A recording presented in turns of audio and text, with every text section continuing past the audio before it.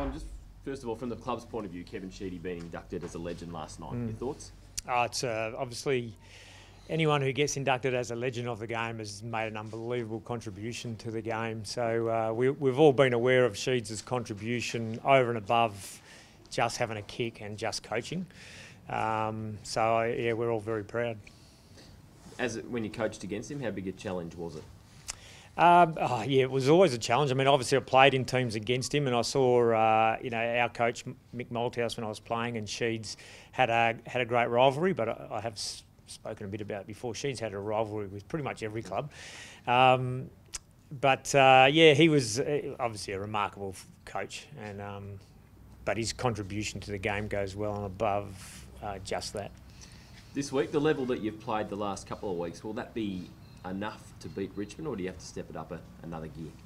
Well, yeah, that's a good question. I would say that our players weren't holding anything back last week or the week before, so we want to go out with the same intensity and the same effort, and we'll see where it sits in terms of how it matches up against a different opposition again. So, we've still got a fair way to go in terms of what we're all about and learning, but we're enjoying the challenge of growing week by week.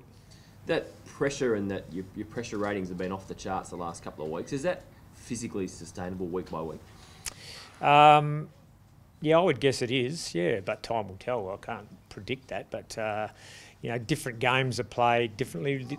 Richmond generally haven't been in... their games aren't really contested games, so that it may be a slightly different look this week. Paddy Ambrose out. Michael Hurley come back this week?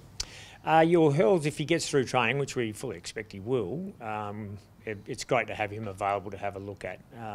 So that's certainly one option. We'll work through what our best blend looks like to take on Richmond's forward line. Is Aaron Francis ready for senior footy? Yeah, that's a very good question. I speak to Aaron fairly regularly about that. His match fitness, we would suggest, is pretty much ready now.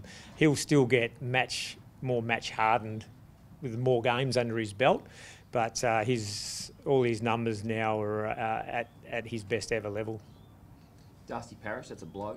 Couple of months. Disappointing for Darcy, yeah. But he'll just work hard and be back playing. Hopefully inside a couple of months. And finish the year strongly. So, we obviously all get those injury setbacks at times, but Darcy will come out of that well. They're not top at the moment, but you still see Richmond as the benchmark? They're the benchmark in certain styles of the way they play. They're obviously the reigning premiers, and they're playing really exciting footy still. So we just see Richmond not necessarily as the benchmark of the competition, but more as just our benchmark this week for what we want to challenge ourselves to bring. Jake Stringer, he spoke really openly yesterday. How have you seen his opening 10 matches for the Bombers?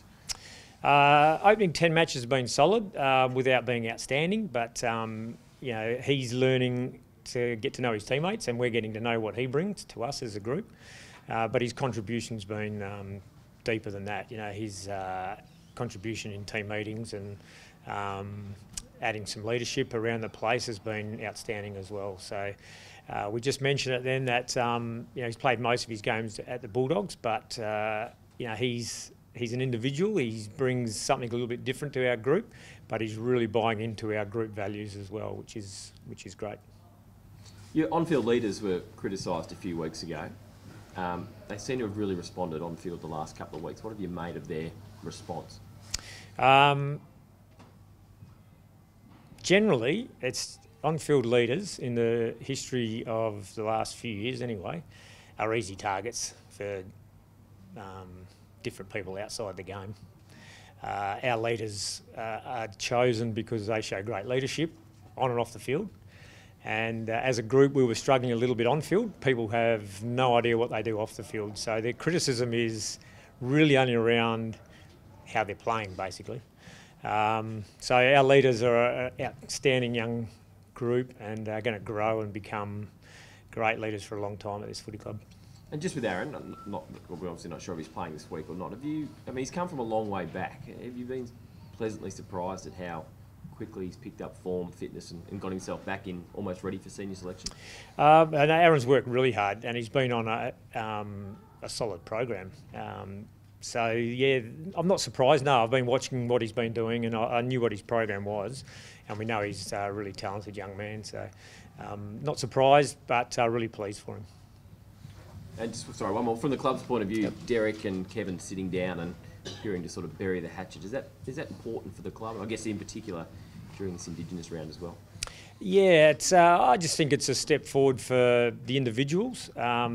But they were obviously both representing the Essendon Footy Club with everything that unfolded. So I think it's just mature and great. Derek was a great contributor to the Essendon Footy Club. He should feel welcome to walk in the doors at any time, whether Sheeds is hiding around the corner or not. But it was great to see him here the other day. You know, I wasn't part of the discussion with Sheeds, but no, it's great to see. Have you found the week so far, and what sort of things have you been doing here? Yeah, no, pretty good. Awesome to you know, find more knowledge what Bombers are doing. So, you know, I'm just looking forward to all this weekend, just trying to get feedback from the coaches, and hopefully I can take it back to Tier Bombers. What's the Dreamtime game and the whole Indigenous round mean to you?